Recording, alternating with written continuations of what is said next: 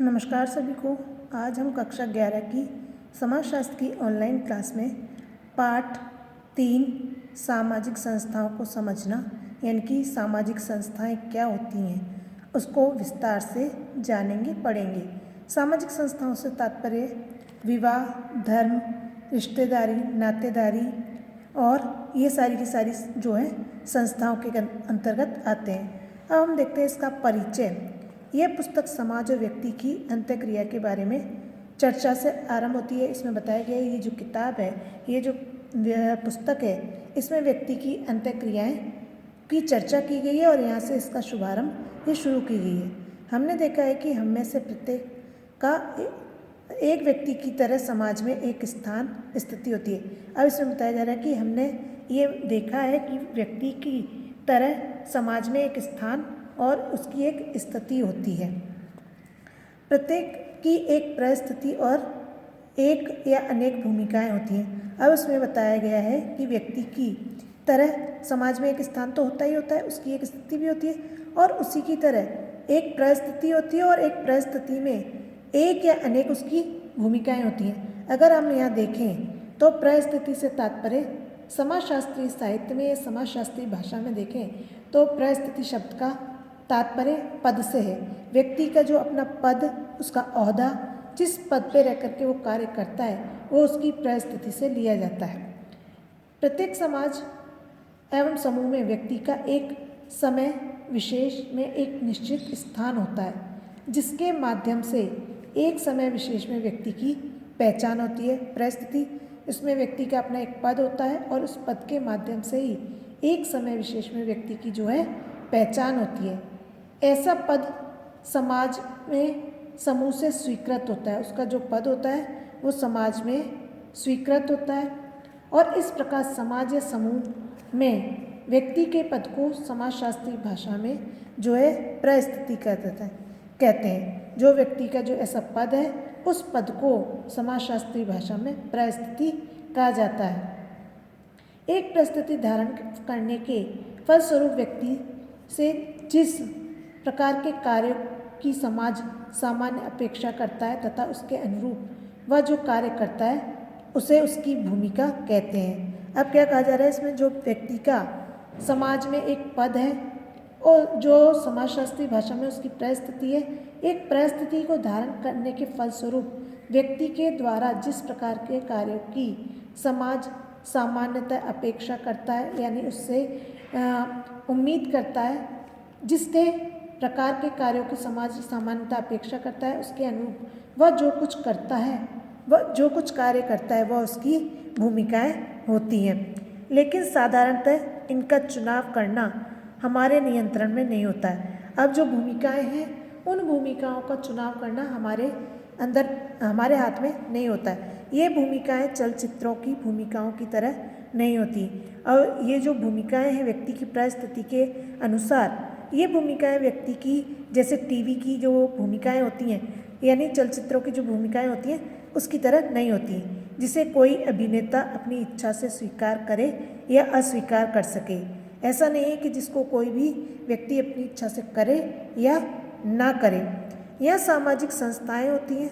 यहाँ पर क्या है, सामाजिक संस्थाएं होती हैं। जैसे मैंने अभी बताया विवाह एक सामाजिक संस्था है। अगर व्यक्ति ने विवाह किया है, विवाह के बाद उसके द्वारा जो करने योग्य कार्य हैं वो उसे करने होते हैं। सामाजिक संस्थाएं होती हैं जो प्रतिबंधित और नियंत्रित, दंडित और पुरस्कृत करती हैं। अब ये संस्थाएं जो हैं वो प्रतिबंधित है और ये नियंत्रित भी है, दंडित और पुरस्कृत भी है।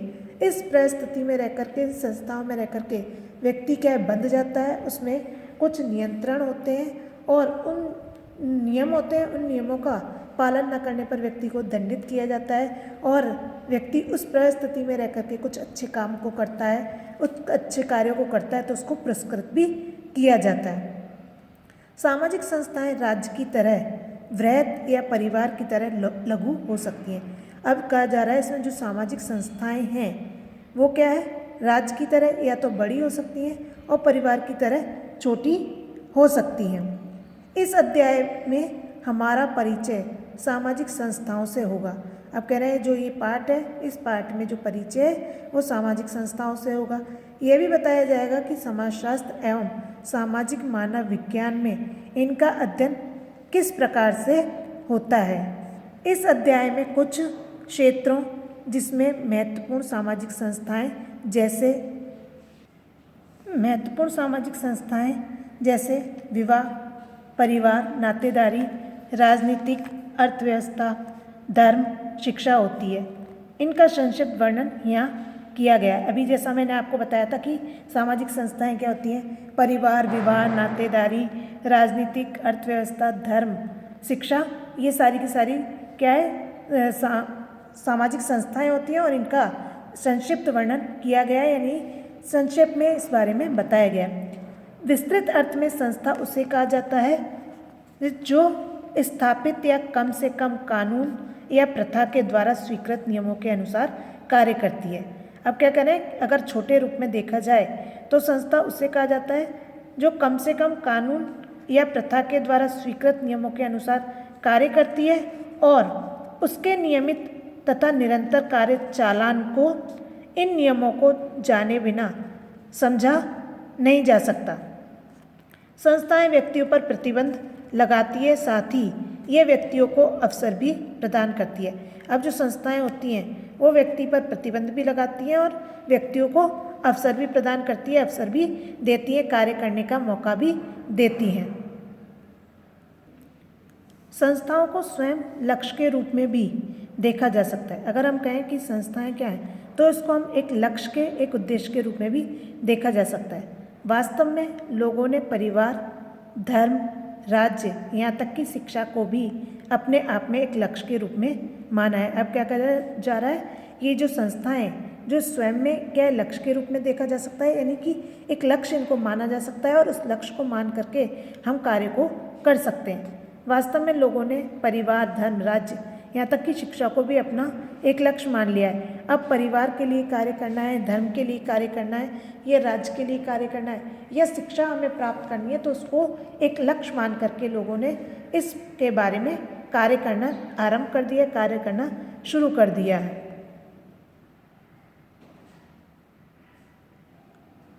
हम पहले ही देख चुके हैं कि समाजशास्त्र के अंतर्गत संकल्पनाओं को समझने में अनेक प्रकार की भिन्नताएं और विरोधाभास है। अब इसमें बताया जा रहा है कि समाजशास्त्र के अंतर्गत जो कल्पनाएं हैं उनको समझने के लिए अनेक प्रकार की विभिन्नता और अनेक प्रकार के विरोध भी हैं। कोई भी व्यक्ति या कोई भी समाजशास्त्री एक मत को लेकर, एक विचारधारा को लेकर के एक मत नहीं होते, एक विषय को लेकर के वो एक मत नहीं होते हैं। हमारा परिचय प्रकारवादी और संघर्षवादी दृष्टिकोण से भी कराया गया है। अब कह रहे हैं जो हमारा परिचय है वो प्रकारवादी और संघर्षवादी दृष्टिकोण से भी कराया है। हमने ये भी देखा कि कैसे उन्होंने एक ही विषय वस्तु को विभिन्नता से देखा है। अब हमने इसमें ये भी नोटिस किया, ये भी देखा कि वो एक ही विषय को अलग अलग समाजशास्त्री उसको अलग अलग कैसे प्रकट करते हैं, भिन्नता से कैसे देखते हैं। जैसे स्त्रीकरण या सामाजिक नियंत्रण, स्त्रीकरण करना यानी कि उसका स्तर ऊंचा करना, या सामाजिक नियंत्रण, समाज में जो बुराइयां हैं, जो कार्य करने के लिए जो कार्य किया जाता है उस पर किस तरीके से नियंत्रण किया जाए, ये सब। इसलिए इनमें से कोई आश्चर्य नहीं है कि सामाजिक संस्थाओं के बारे में भी भिन्न प्रकार की समझ है। अगर हम देखें तो व्यक्ति के अपना अपना कार्य करने का तरीका होता है और सभी समाजशास्त्री एक विषय को लेकर के कभी एकमत नहीं हुए हैं। एक प्रकारवादी दृष्टि सामाजिक संस्थाओं को सामाजिक मानकों, आस्थाओं, मूल्यों और समाज की आवश्यकताओं को पूरा करने के लिए निर्मित संबंधों की भूमिका के जटिल ताने बाने के रूप में देखती है। अब कहना है जो आवश्यकताएं हैं उन आवश्यकताओं को पूरा करने के लिए जो निर्मित संबंध हैं उन संबंधों की भूमिका को जटिल यानी मुश्किल रूप में ताने बाने के रूप में देखती है। सामाजिक संस्थाएं सामाजिक जरूरतों को पूरा करने के लिए विद्यमान होती हैं। जो सामाजिक संस्थाएं हैं जो व्यक्ति की सामाजिक ज़रूरतें हैं उन ज़रूरतों को पूरा करने के लिए उपस्थित होती है, विद्यमान है। अर्थात हम सामाजिक संस्थाओं में रह करके या व्यक्ति सामाजिक संस्थाओं में रह करके उसकी जो सामाजिक ज़रूरतें हैं उसको वो पूरा कर सकता है। इस प्रकार समाज में हमें औपचारिक और अनौपचारिक सामाजिक संस्था देखने को मिलती हैं। अब समाज में औपचारिक सामाजिक संस्थाएं और अनौपचारिक सामाजिक संस्थाएं देखने को मिलती हैं, जैसे परिवार, धर्म औपचारिक सामाजिक संस्था के, जबकि कानून और शिक्षा औपचारिक सामाजिक संस्थाओं के उदाहरण हैं। ठीक है, क्या क्या है? जैसे परिवार है, धर्म है, ये तो अनौपचारिक सामाजिक संस्था के ये उदाहरण है, और कानून और शिक्षा औपचारिक सामाजिक संस्थाओं के उदाहरण हैं। एक संघर्षवादी दृष्टि की मान्यता है कि समाज में सभी व्यक्तियों का स्थान समान है। अब कह रहे हैं एक संघर्षवादी समाजशास्त्री की एक दृष्टि है, ये उसकी ये मान्यता है कि समाज में जो व्यक्ति हैं उन व्यक्तियों का स्थान समान नहीं है, यानी एक जैसा नहीं है। सभी सामाजिक संस्थाएं, चाहे वे पारिवारिक, धार्मिक, राजनीतिक, आर्थिक, कानूनी या शैक्षणिक हों, समाज के प्रभावशाली अनुभागों, चाहे वे वर्ग, जाति, जनजाति या लिंग के संदर्भ में हों, के हित में संचालित होती हैं। प्रभावशाली सामाजिक अनुभागों का न केवल राजनीतिक और आर्थिक संस्थाओं पर प्रभुत्व होता है, अपितु वे ये भी सुनिश्चित करते हैं कि शासक वर्ग के विचार ही समाज के विचार बन जाते हैं। समाज में दो प्रकार के वर्ग बताए गए हैं, एक शासक वर्ग और दूसरा शोषित वर्ग। शासक वर्ग जो दूसरे वर्ग के ऊपर अपना प्रभुत्व रखता है, अपना आधिपत्य रखता है, वो तो शासक वर्ग होता है। और शोषित वर्ग जिस वर्ग के ऊपर ये प्रभुत्वशाली पूंजीपति लोग अपना अधिकार जमाते हैं, वो शोषित वर्ग कहलाता है। तो शासक वर्ग के विचार ही समाज के विचार बन जाएं, कह रहे ऐसा सुनिश्चित करते हैं। अपितु ये जो समाज है वो समाज के व्यक्ति ऐसा सुनिश्चित करते हैं कि जो शासक वर्ग के विचार हैं वही समाज के विचार बन जाए, उन्हीं विचारों को सारे व्यक्ति अपनाने लगे, उसी के अनुसार सभी व्यक्ति कार्य करने लगे। ये विचार इससे बहुत भिन्न है कि किसी समाज की सामान्य आवश्यकताएं होती हैं। अब कह रहे हैं ये जो विचार है, ये विचार समाज की सामान्य आवश्यकता होती है और ये बहुत ही ज़्यादा अलग है। जैसे जैसे आप इस अध्याय का आगे अध्ययन करेंगे, देखेंगे कि क्या आप ऐसे उदाहरणों के बारे में सोच सकते हैं कि कैसे सामाजिक संस्थाएं व्यक्तियों को नियंत्रित करती हैं। अब कह रहे हैं यहाँ पर हम जैसे जैसे उदाहरणों को पढ़ते हैं, सोचते हैं, तो हम ये देखते हैं कि कैसे सामाजिक संस्थाएं व्यक्ति को नियंत्रित करती हैं तथा अवसर भी प्रदान करती हैं। आप यह भी देखें कि क्या वे समाज के अनुभागों पर असमान प्रभाव डालती हैं। उदाहरण के लिए हम पूछ सकते हैं कि कैसे परिवार पुरुषों और महिलाओं को नियंत्रित करने के साथ साथ अवसर भी प्रदान करते हैं। अब यहाँ पर कहा जा रहा है कि अगर हम पूछें कि कैसे जो परिवार है वो पुरुषों और महिलाओं को नियंत्रित करने के साथ साथ अवसर भी प्रदान करते हैं, या राजनीतिक या कानूनी संस्थाएं विशेष सुविधा प्राप्त और अधिकार विहीन व्यक्तियों को कैसे प्रभावित करते हैं। यहाँ पर प्रश्न पूछा गया है कि उदाहरण के लिए हम ये पूछ लें कि कैसे परिवार हैं जो पुरुषों और महिलाओं को नियंत्रित करते हैं और साथ ही वो अवसर भी प्रदान करते हैं। नियंत्रित तो करते हैं और नियंत्रित करने के साथ साथ वो उन्हें अवसर भी प्रदान कर रहे हैं, यानी कि मौका भी दे रहे हैं। या फिर राजनीतिक या कानूनी संस्थाएं विशेष सुविधा प्राप्त और अधिकार विहीन व्यक्तियों को कैसे प्रभावित करेगी। और कहा गया है यहाँ पर जो राजनीतिक या कानूनी संस्थाएं ये विशेष सुविधा प्राप्त हैं और अधिकार विहीन जो व्यक्ति हैं उन व्यक्तियों को किस प्रकार से प्रभावित करेगी या उन व्यक्तियों पर किस प्रकार से अपना प्रभाव डालेगी, ये हम उसको देखते हैं। अब क्या है, व्यक्ति समाज में रह कर के कोई भी कार्य करता है, सामाजिक संस्थाओं में रह कर के कोई भी कार्य करता है, अगर व्यक्ति अच्छा कार्य कर रहा है तो व्यक्ति की प्रशंसा की जाती है, सराहना की जाती है।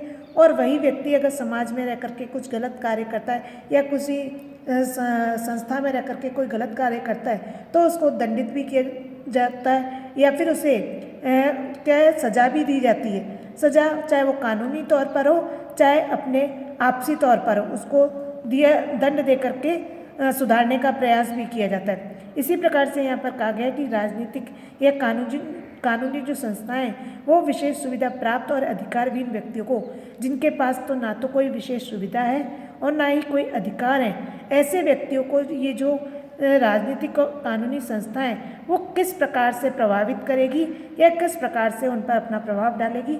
हमारा आज का टॉपिक यहीं समाप्त होता है। धन्यवाद।